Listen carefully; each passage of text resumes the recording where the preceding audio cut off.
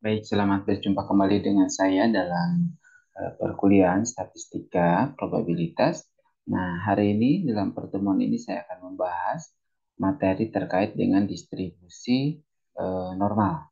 Nah, untuk kasus distribusi normal ini tentunya kita akan mulai pembahasan dari apa yang dimaksud dengan distribusi normal atau kita katakan suatu data itu memiliki sebaran distribusi normal. Artinya nanti karena memang sebelumnya kita sudah bahas ya, sudah memberikan ilustrasi tentang data-data yang ditampilkan dalam sebuah tabel frekuensi relatif atau misalkan dalam bentuk tabel interval misalkan. Kemudian kita gambarkan histogramnya, maka kita akan mendapatkan satu sebaran misalkan seperti ini.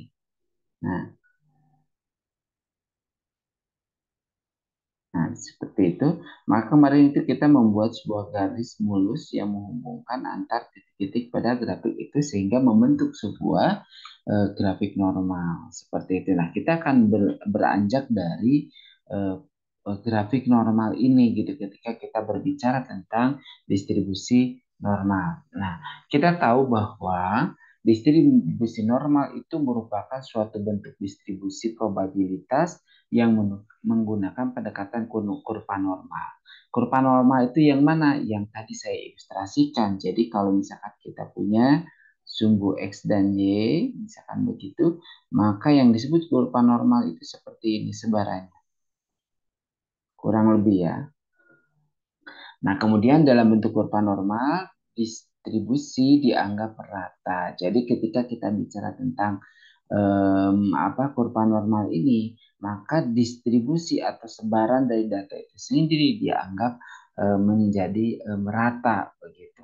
Nah, kemudian bentuk kurva normal yang harus kita ingat itu membentuk suatu lukisan suatu lukisnya itu berupa fungsi fx dengan catatan bahwa nilai rata-ratanya sama dengan median sama dengan modus. Jadi kalau misalkan kita tahu ini rata-ratanya, ini sama dengan median, sama juga dengan modusnya. Maka ini kita katakan bahwa data tersebut tersebar berdistribusi normal. Gitu. Jadi membentuk kurva normal apabila suatu data atau kita menemukan data dicari rata-ratanya, median dan modusnya ternyata sama.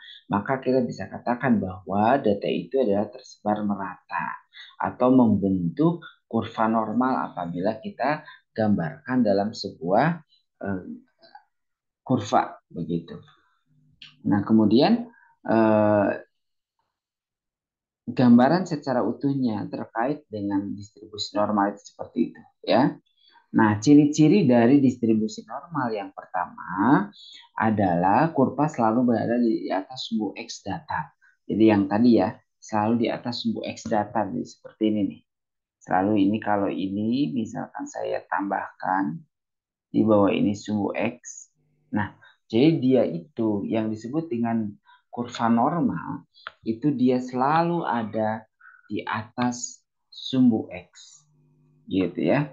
Nah, kemudian memiliki pola simetris. Kenapa pola simetris? Karena kalau kita perhatikan ini adalah sumbu Y. Sumbu Y di mana ini data tengahnya. Berarti maka simetris itu luas daerah yang ada di bawah kurva sebelah kiri yang di sini dengan yang di kanan itu adalah sama simetris. Nah, cirinya adalah ketika nilai rata-rata mu-nya sama dengan ini maaf ya, ini harusnya sama dengan mediannya, sama juga dengan modusnya, maka dia bentuknya seperti ini. Yang ketiga apa? Dia itu memiliki nilai modus yang tertinggi. Jadi teman-teman harus diperhatikan suatu distribusi, suatu data katakan berdistribusi normal akan memiliki nilai modus yang tertinggi. Jadi nilai modusnya berapa? Tertingginya berapa? Gitu. Yaitu dia akan tercapai ketika nilai Y-nya di sini nih, nilai Y-nya itu Y tertingginya adalah mencapai ketika 0,38 3989 dibagi dengan standar deviasi gitu ya, seperti itu. Jadi tinggal cari aja standar deviasinya berapa, nanti 0,3989 dibagi dengan standar deviasi itu adalah modus tertinggi, nilai modus tertingginya. Nah, berikutnya kita bicara juga tentang luas kurva normal. Nah, luas kurva normal itu sebenarnya yang ada di bawah sumbu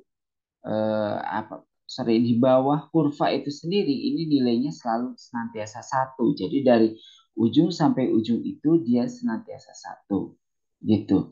Nah, dalam distribusi normal juga untuk kurva normal ini biasanya nilai Z-nya itu di antara kalau ini mu-nya 0, maka di sini 1, maka ini min 1 gitu ya. Kalau ini 2, ini 3, berarti ini min 2, ini min 3. Nah, ketika kita ingin melihat sebaran data yang ada di bawah di bawah kurva yang dibatasi oleh min 1 sampai dengan 1 itu besarnya luasnya itu sekitar 68%.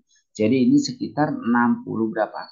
60 dari sini ke sini itu sekitar 68,26% gitu. Apanya? Luasnya. Jadi luas daerahnya itu adalah sekitar berapa berarti? 0,06825 gitu. 0, sorry 6826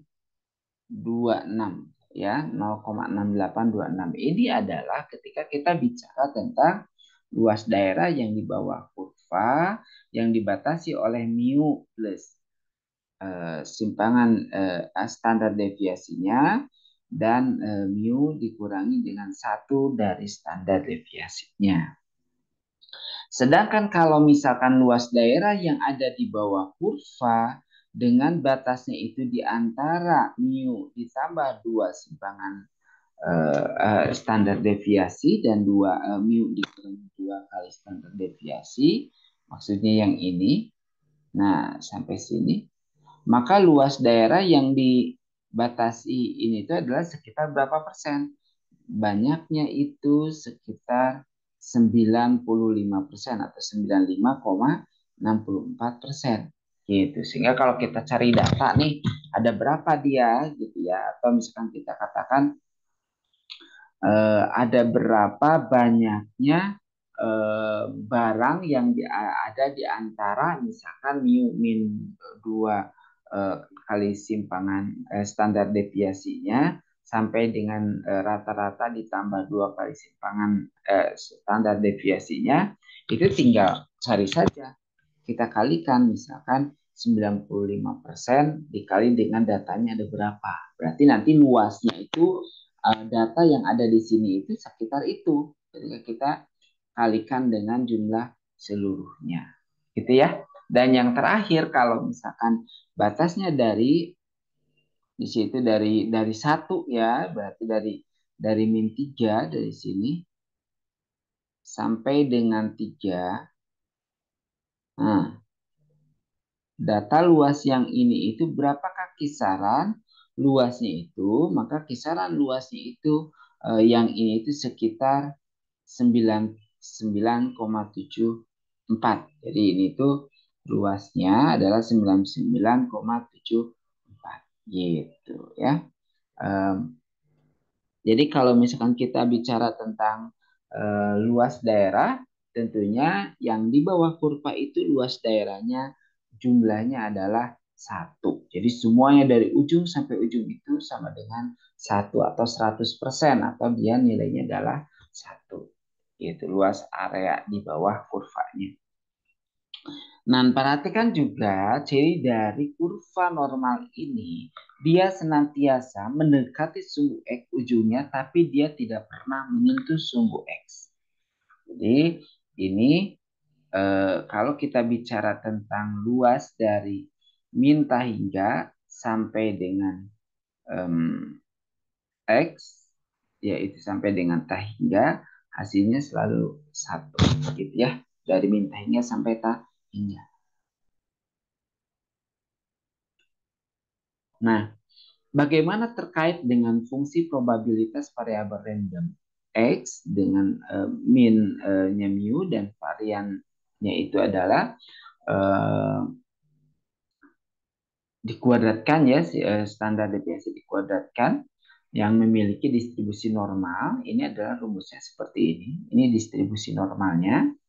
Nah, sebenarnya kalau kita bisa bicara tentang fungsi rapat probabilitas variabel X ini, nulisnya seperti ini sebarannya, maka kita akan ada kesulitan ketika menghitungnya. Begitu ya, ketika kita ada satu negatif 1/2 untuk X min mu per variannya.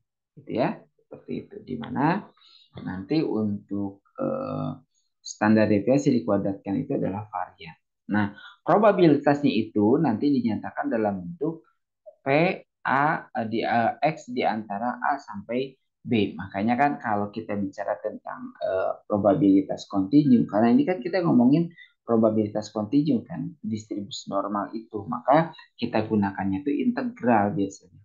Integral fx dx. Makanya integralnya itu dari A sampai B nanti batasnya. Tergantung dari mana sampai mana. Gitu. Misalkan begini. Nah, dari A sampai dengan B. Tentukan luasnya berapa. Gitu. Maka ini tuh kan integral dari A sampai B. Fungsinya sendiri adalah yang ini. Nah, fungsinya berarti nanti integral A sampai B untuk 1/√2 kali standar deviasinya negatif 1/2 X min mu per do gitu ya. Kalau misalkan apa namanya dikuadratkan di sini ya. Kalau mau dikeluarkan boleh, nanti si standar deviasinya kita kuadratkan. Jadi nanti varian jatuhnya. Jadi boleh dikeluarkan. Sama saja. Nah, ini kalau kita perhatikan, ini kan terhadap dx fungsi x untuk mengintegralkannya itu kita akan memiliki banyak kesulitan gitu. Nah, bagaimana cara agar bisa menyelesaikan soal ini? Maka ini bisa kita transfer ke dalam nanti tabel distribusi yang nanti berikutnya saya akan jelaskan ya. Nah, ini yang tadi dimaksud oleh saya bahwa ini untuk sumbu Y-nya itu adalah menyatakan standar deviasi. Ini untuk mu-nya ya. Ini untuk mu-nya, ini nilai X, ini nilai Z, sedangkan yang sini nilai Y. Seperti itu ya. Oke. Nah, ini sebagai catatan saja, apa min itu adalah dengan simbol dengan mu. Ini varian gitu ya. Kemudian standar deviasinya tinggal ini diakarkan saja sehingga hasilnya jadi seperti ini. Koefisien momen kemiringan ini juga jangan lupa, kenapa? Karena nanti suka dipakai kadang ya. Koefisien momen Courtois itu adalah, nah ini bahasan-bahasan kemiringan, kemencengan, karena begini. Kalau misalkan nanti data rata-rata modus dengan medianya itu berbeda, ini akan memberikan suatu dampak terhadap bentuk dari kurva normal itu sendiri. Nah, kurva normal bisa menceng ke kiri dan ke kanan sudah kita pelajari ya di pertemuan sebelumnya. Begitu. Nah, baik, selanjutnya kita akan melihat bentuk distribusi normal itu ditentukan atau dipengaruhi sebenarnya oleh rata-rata dan standar deviasi itu sendiri. Nah, sehingga kalau kita lihat kurva pertama dengan kurva kedua, nah untuk yang kurva pertama dengan kedua ini rata-ratanya sama. Jadi si rata-ratanya sama. Nah, kalau misalkan kita lihat rata-rata standar deviasi yang pertama itu lebih besar daripada standar deviasi yang kedua itu grafiknya yang ke atas begini ya. Maka ketika kita menggambarkan grafik normalnya itu, dia akan lebih landai daripada yang kasus pertama. Bagaimana kalau misalkan rata-ratanya yang berbeda? Nah, rata-rata yang ke satu itu misalkan lebih kecil daripada rata-rata yang kedua, tentunya si grafiknya akan bergeser ke kanan tergantung dari berapa besar atau berapa banyak rata-ratanya.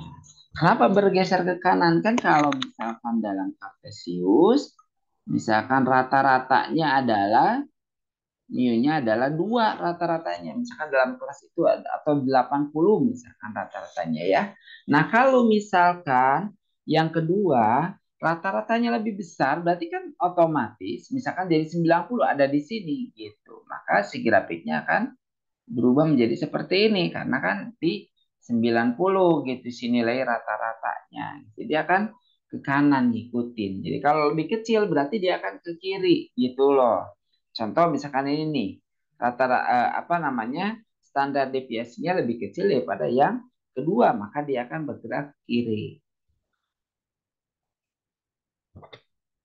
Sedangkan untuk rata-ratanya, kalau rata-ratanya itu lebih besar, maka tentunya kita tinggal apa namanya, sorry, yang ini rata-ratanya itu ke kiri ke kanan ya, yang rata-rata per keduanya lebih besar berarti dia ke kanan. Sedangkan kalau standar deviasinya itu lebih besar, itu dia akan lebih landai. Maka bisa kita tarik kesimpulan bahwa suatu grafik normal ini, distribusi normal ini ditentukan oleh standar deviasi dan rata-rata. Apabila standar deviasinya makin besar, maka grafiknya itu bisa kita asumsikan, kita bisa katakan dia itu adalah makin landai, ya makin landai. Semakin besar standar deviasinya makin landai grafiknya. Gitu. Oke, terkait dengan luas di bawah kurva probabilitas tentunya bahwa jelas probabilitas di antara X di antara X1 dan X2. Maka ini dibacanya kalau ada lambang seperti ini itu dibacanya probabilitas variabel random X yang memiliki nilai di antara X1 dan X2. Ini pembacaannya ya, P itu probabilitas. Probabilitas variabel random X yang memiliki nilai di antara X1 dan X2. Begitu juga kasus yang ini. Bisa juga kita katakan yang ini itu ya karena sama saja sebenarnya. Kita katakan selain membacanya dengan kata probabilitas variabel random X yang memiliki nilai antara X1 dan X2, boleh juga penulisan dari V X di antara X1 dan X2 ini menjadi luas di bawah kurva normal antara X1 dan X2. Berarti kita disuruh mencari berapakah luasnya itu sendiri gitu. Oke, sehingga dalam perhitungan integral normal tersebut sulit. Nah, tadi yang tadi saya sampaikan bahwa ketika kita ada integral dari A sampai B untuk 1 per, misalkan tadi 2 akar ya kan seperti itu ya. Oke, nanti dia itu nilainya akan apa namanya? Akan kita memiliki kesulitan dalam perhitungannya, begitu ya. Kenapa? Karena memang untuk nilai dari 1 per akar dari 2V gitu ya, seperti itu dikali dengan gitu. Dipangkatkan dengan min 1/2 ya, 1/2 X min rata-rata dibagi dengan uh, uh, standar deviasinya, baru dikuadratkan dx. Maka kita akan mendapatkan satu apa nilai yang kita itu memang sulit dalam perhitungannya gitu. Maka disusunlah tabel nilai dari rapat probabilitas itu.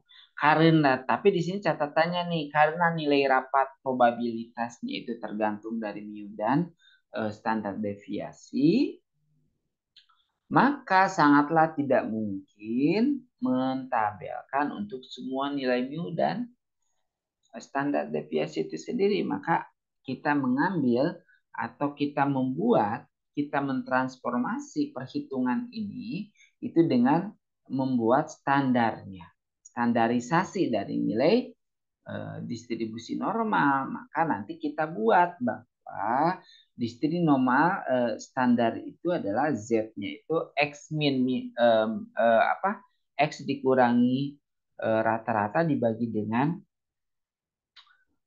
standar deviasi itu dengan penulisan Z gitu ya. Nah, maka distribusi normal standar itu merupakan distribusi normal dengan rata-ratanya 0, standar deviasinya adalah 1. Seperti itu. Jadi penulisan yang tadi itu dia akan berubah menjadi 1/2 akar 2V gitu ya. E pangkat di sininya Z ya. Min 1/2 Z kuadrat. Gitu.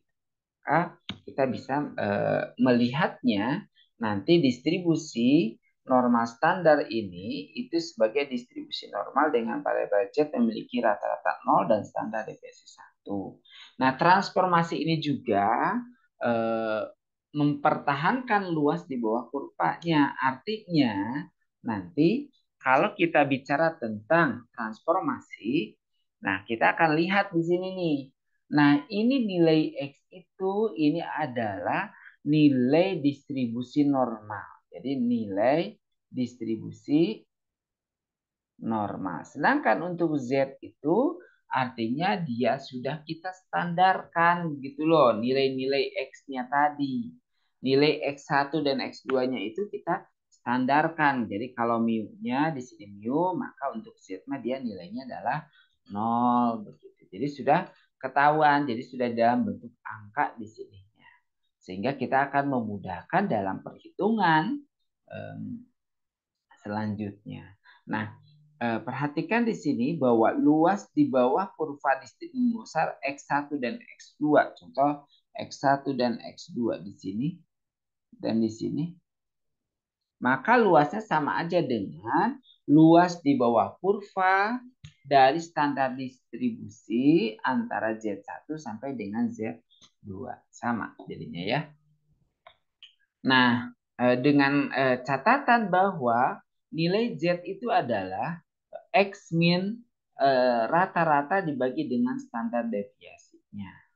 Nah, untuk rata-ratanya sendiri biasanya dalam soal sudah disebutkan ya, termasuk juga nanti standar deviasinya. Gitu. Kalaupun belum ada dua-duanya ya kita cari. Biasanya datanya nggak terlalu begitu sulit ya. Kita mencari itu.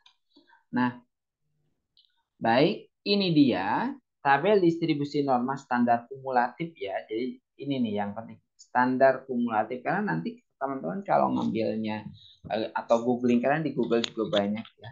Hanya kalian mengetik distribusi normal saja, biasanya si datanya itu berbeda. Karena kan tergantung, karena kan kita nggak pakainya itu yang sudah standar, dibuat standarnya yang tadi kumulatif. Maka rumusnya juga berbeda, seperti itu ya. Nah, penerapannya agak sedikit berbeda tentunya. Maka cari yang standar yang sudah kumulatif. Di sini nilainya. Jadi kalau nilai ada Z sama dengan 1,24 ini artinya teman-teman fokus di 1,22 angka.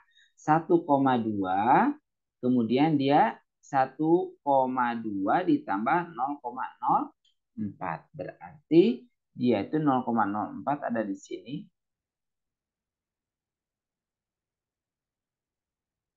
Berarti dia gitu ya 0,8925 begitu. Jadi nanti ini nilainya itu adalah 0,8925 gitu ya. Seperti itu. Baik. Nah, kita coba lihat. Jika N cukup besar dan jika tak satu pun dari nilai P dan Q sangat dekat dengan 0, maka distribusi binomial dapat didekati atau diaproksimasi oleh sebuah distribusi normal. Jadi kita mengambil formula distribusi binom yang kemarin sudah kita bahas gitu dengan variabel terstandarisasi dengan rumusnya seperti ini. Z-nya itu adalah X min NP gitu kan. N kali P itu kan ini mu ya. Ini rata-rata gitu seperti karena N dikali dengan peluangnya ya, P-nya. Kalau misalkan mu itu kan rata-rata jumlah dibarengi banyaknya data. Kenapa ini dikali? Ya dikalinya dengan peluangnya. Gitu. Ya. Nah, sedangkan yang ininya adalah standar deviasi.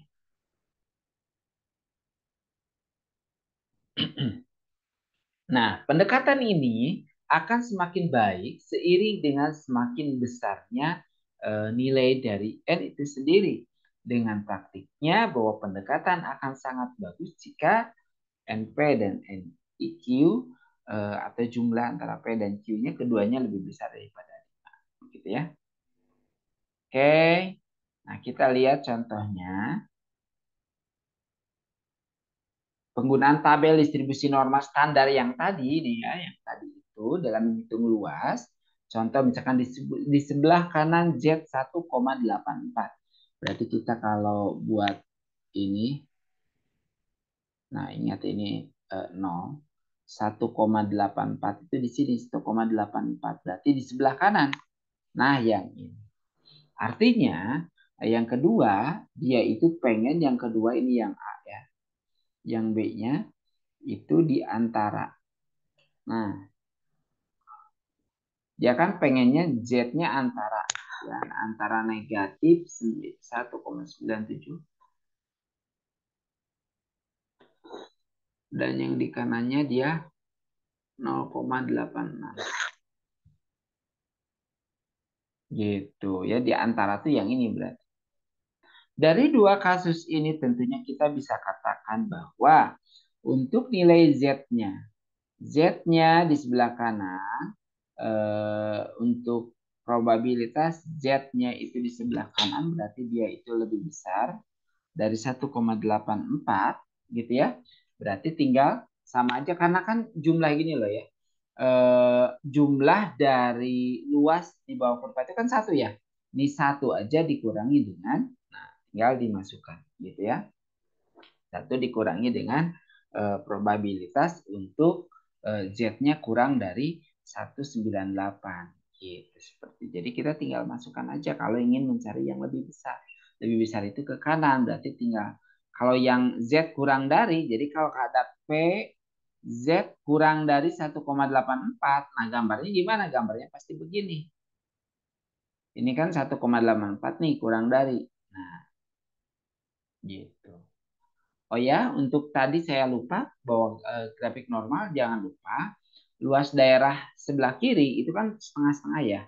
Total semuanya 1 berarti dia 0,5 ini juga 0,5. Gitu. Kayak gitu ya yang pertama jadi tinggal mudah teman-teman tinggal lihat aja tabelnya. Tinggal berapa nih? 1,8 cek dulu nih 184 berarti 1,8 cari yang keempat 1 2 3 4. Sorry ini dari 0 ya karena ini 0 ini 0,00 0,01 0,02 0,03 0,04 berarti 8 dengan 0,04 berarti nilainya adalah 0,967116 gitu. Jadi tinggal dimasukkan.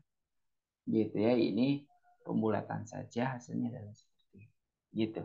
Yang kedua, bagaimana kita bicara tentang luas daerah yang di antara atau nilai peluang yang ada di antara negatif 197 sampai dengan 0,86. Nah, teman-teman perhatikan di sini. Yang menarik itu adalah kita mendapatkan formula ini. Kenapa seperti ini? Kan pertanyaan begitu ya. Nah, kita mulai dari 0,86 dulu. 0, kan nah, ini dia kurvanya jelek ya, nggak apa-apa. Ini 0 misalkan. Nah, di sini 0,86. Kalau kurang dari 0,86 itu sebenarnya seluruhnya. Nah, gitu loh. Ya kan? Seluruhnya. Tapi di sini kasusnya dibatasi sampai dengan negatif 1,97. Berarti di sini misalkan 1,97. Gitu. Berarti yang diinginkan itu adalah yang biru ini dan yang merah gitu. Karena di antara tengah-tengah. Sehingga kita bisa katakan bahwa gitu loh, bahwa eh, probabilitas nilai Z di antara negatif 1,97, negatif 1,97 dan 0,86 kita bisa tulis jadi 0,86 dikurangi dengan yang ini. Kan 0,8 itu adalah seluruhnya nih sampai ke kiri gitu loh. Sampai tahingga. Sampai tahingga 0,86 ini.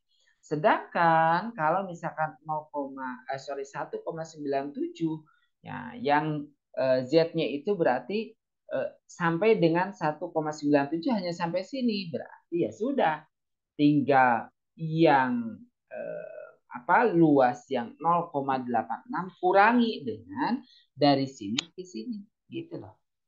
Seperti itu. Atau dikurangi dengan sisanya yang ini gitu. Ya kan? Kalau misalkan kita punya kurva gitu loh. Yang ini pengen nyari yang tengah aja misalkan. Berarti ya sudah kalau pengen nyari yang tengah saja kita tinggal kurangi saja dengan ujungnya gitu, digunting gitu loh, digunting dengan ujungnya itu bagaimana, ujungnya itu berarti yang kurang dari 1,-1,97.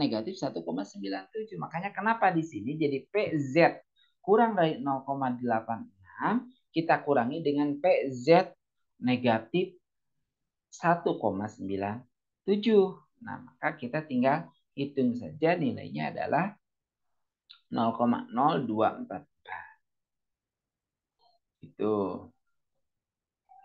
Nah, kita lihat lagi. Nah, ini ada normal distribution. Jadi kita kita coba recap bahwa luas di bawah kurva probabilitas destiny function atau probabilitas kontinu adalah probabilitas yang anjil ya, even. Nah, kemudian persennya itu, nah di sini selalu kalau misalkan probabilitas X untuk kurang dari X berarti kita mencarinya adalah yang ke kiri gitu ya. Jadi kalau misalkan ke kiri itu berarti dari negatif hingga dibatasi sampai dengan X. Jadi luas daerahnya itu adalah min hingga sampai dengan X gitu. Kalau kita mencari luas daerah. Nah, kemudian kalau misalkan kita tahu dari luas daerah seluruhnya dari min hingga sampai hingga itu senantiasa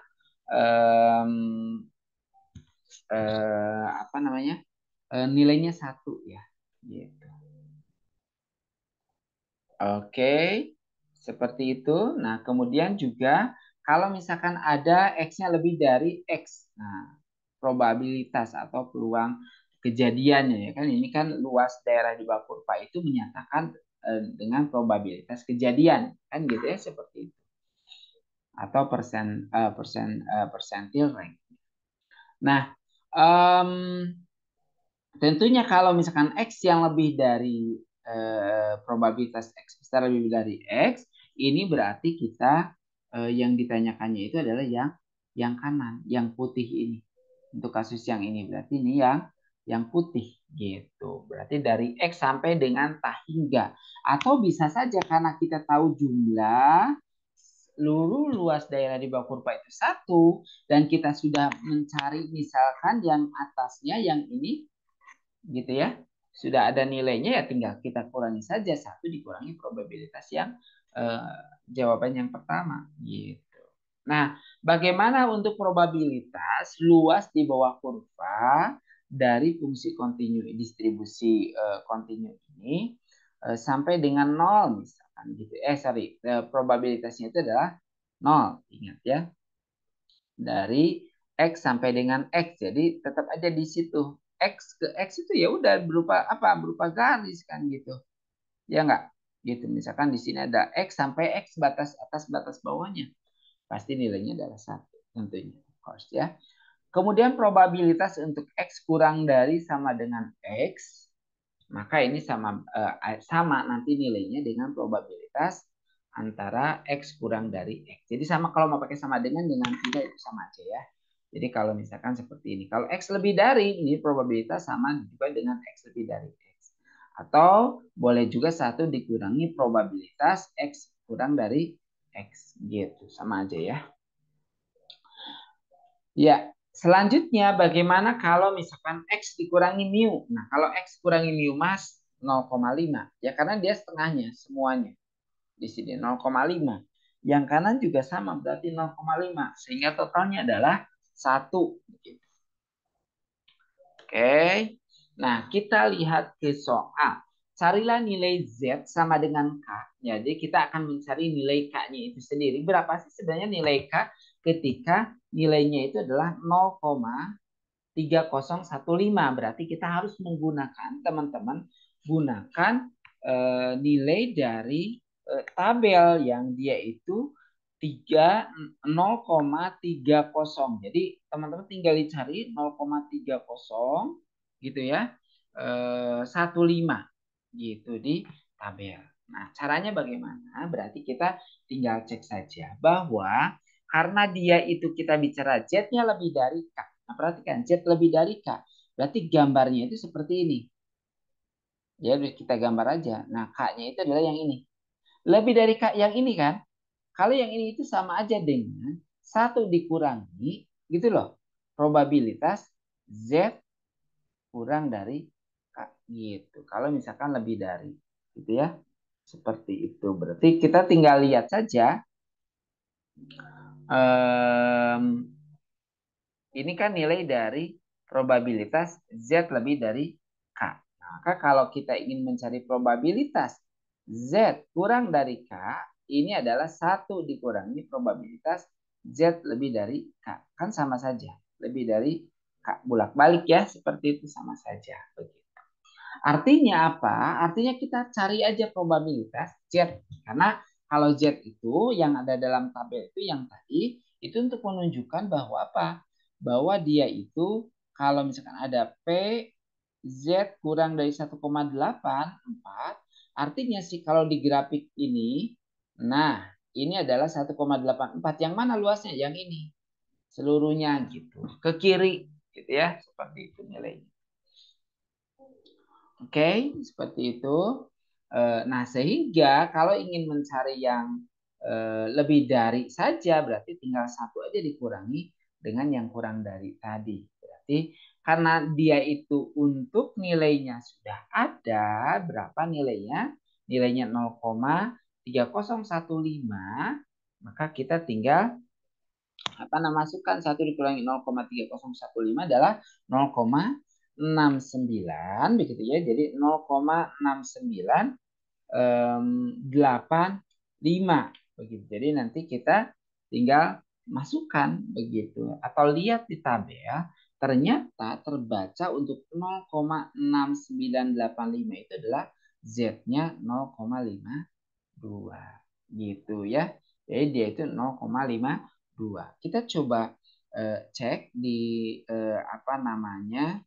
di tabel untuk nilai dari 0,6 gitu ya. 0,6985 itu ada di 0,52 gitu ya. Kita akan coba cek dari tabel yang tadi. Makanya teman-teman untuk tabel ini wajib punya ya 0,52. 0,5 di 2. Oke, kita cari dia ke sini. Tuh, 0,6985 ada gitu ya. Nah, sehingga jelas bahwa apa yang tadi kita hitung cari itu nilai Z-nya adalah 0,52 gitu ya. Jadi teman-teman tinggal dicari saja nanti untuk K-nya berapa berarti. K-nya itu ya ini 0,52 atau ini kalau mau ditulis P-nya itu Z lebih dari 0,52 gitu sama dengan 0,30 15. Kalau misalkan kita ingin melihat PZ-nya lebih dari gitu, seperti itu. Baik ya, dari tabel sudah ya 0,9 gitu 0, berapa 0, yang nilai 0,6985 itu ketika nilai Z-nya 0,52 begitu ya. Oke. Nah, baik. Yang B itu kita lihat tentukan nilai Z sama dengan K. Ya, nilai Z sama dengan K berarti kayaknya 0,5. Kalau untuk yang A, nah ini sekarang yang B bagaimana? Z-nya itu di antara K sampai negatif 0,18. Nah, kita akan tulis bahwa di antara K gitu, sampai dengan 0,18, otomatis si gambarnya itu nggak mungkin ada di sebelah kanan gitu loh. Karena kan yang paling kanan itu dia udah negatif. Negatif itu di sini misalkan min 0,18, satunya lagi pasti di sebelah sini. K-nya itu gitu. Dia nggak mungkin. Ini misalkan nilainya adalah 0. Seperti ini. Nilai Z ya. Ini nilai Z. Nilai Z-nya 0. Nah, tinggal kita lihat sekarang. Dari sini 0,18, di sini berapa? Gitu. Si K-nya itu berapa sebenarnya? Dari gambar kita bisa katakan bahwa gitu ya. Kita bisa katakan bahwa apa nih? Bahwa untuk probabilitas Z di antara K dengan negatif 0,18 itu kita bisa cari dengan cara satu dikurangi, bisa aja nih ya, satu dikurangi apa namanya, ini kalau mencari yang putihnya ya, atau kalau mencari ini, satu dikurangi 0,18 gitu ya, kemudian nanti dikurangi dengan K. Nah, atau boleh juga di sini PZ kurang dari 0,18, negatif 0,18 kan ke kiri dikurangi dengan PZ kurang dari K. Yang ini kan dikurangi yang putih, sehingga karena kan kalau Z-nya negatif 0,18 dan di sini operatornya kurang dari, berarti kan seluruhnya ke kiri ini sampai sini-sini gitu ya. Seperti itu. Tinggal kita lihat lagi di sini. Nilainya berapa? Nilainya itu dari soal 0,419. PZ kurang dari K itu sama dengan 0,4286. Ini tinggal kita cari ya untuk yang nilai ini. Berarti teman-teman cari tabel yang ada negatif gitu ya. Kemudian dikurangi PZ kurang dari K sama dengan 0,4198. Jadi nanti kita bisa tulis bahwa nilai Z-nya itu sendiri 0,0089.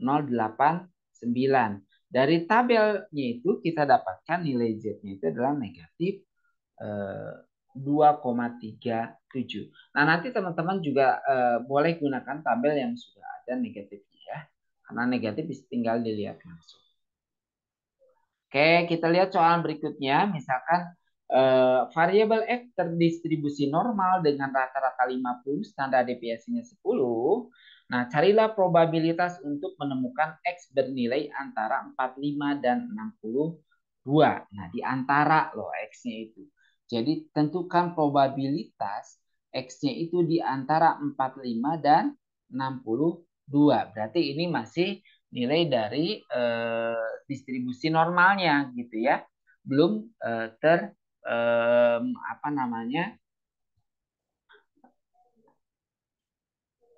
belum dirubah ke dalam nilai Z, karena kan kita harus merubah dalam Z-nya. Z-nya akan berubah nggak? Akan berubah, karena Z-nya itu nanti Z-nya akan cari nanti X min rata-rata dibagi dengan standar deviasi. Gunakan rumus ini untuk mencari batasnya. X-nya berapa? 50. Berarti nanti mu-nya kan ini. X-nya berapa? Berarti 45 ya. Untuk yang batas bawahnya 45. 45 dikurangi 50 dibagi dengan standar deviasinya 10 gitu. Jadi nanti hasilnya seperti ini. Dia itu nilainya negatif 0,5. Ya, berarti dia negatif 0,5 untuk Z1, Z2-nya berarti 1,2. Gambarnya bagaimana? Gambarnya seperti ini. Berarti dia itu di 1,2 dengan min 0,5. Nah, pengennya yang ini luas daerahnya itu.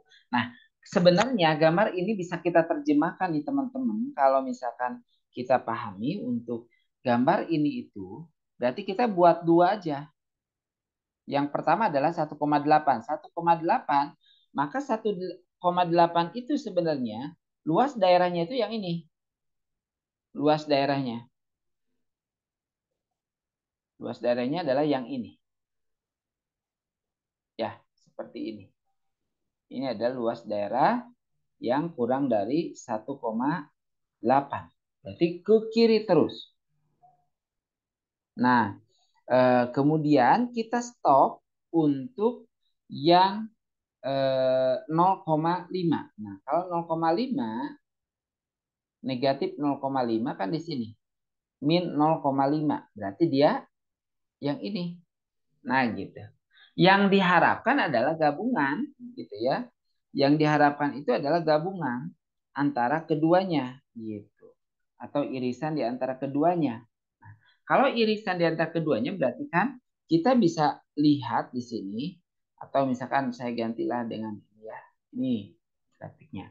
Maka ketika kita cari berapakah sih sebenarnya luas daerah atau misalkan yang di antara 0, negatif 0,5 dengan 1,8 berarti kan ada di sini nih.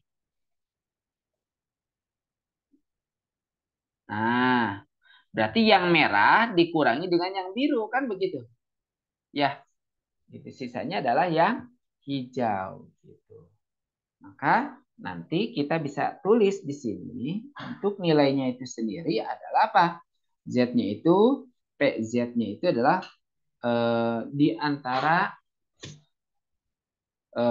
Z kurang dari 1,2 sampai dengan dikurangi atau dikurangi dengan Z yang kurang dari 0,5. Yang mana? Yang merah ini kan kurang dari negatif 0,5.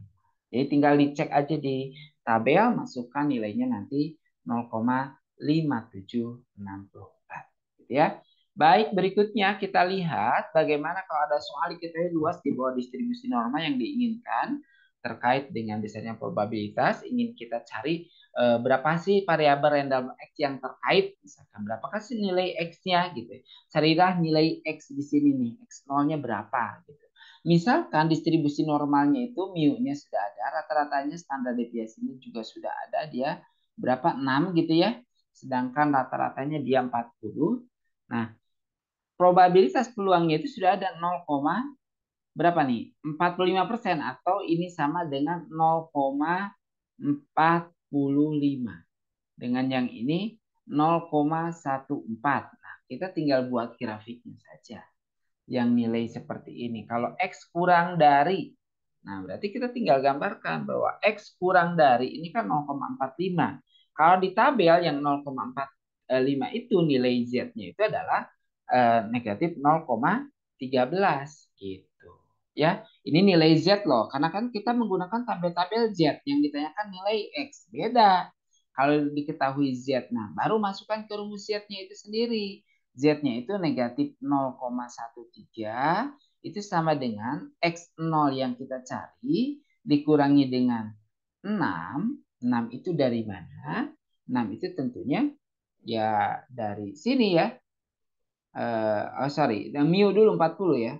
40 dibagi dengan 6. Begitu. Jadi kita tinggal kalikan begitu ya di sini negatif 0,13 dikalikan dengan 6 nilainya adalah X0 min 40. Berarti nanti ini tinggal kalikan artinya 40 negatif pindah ke kiri jadi positif. 40 ditambah gitu loh ya.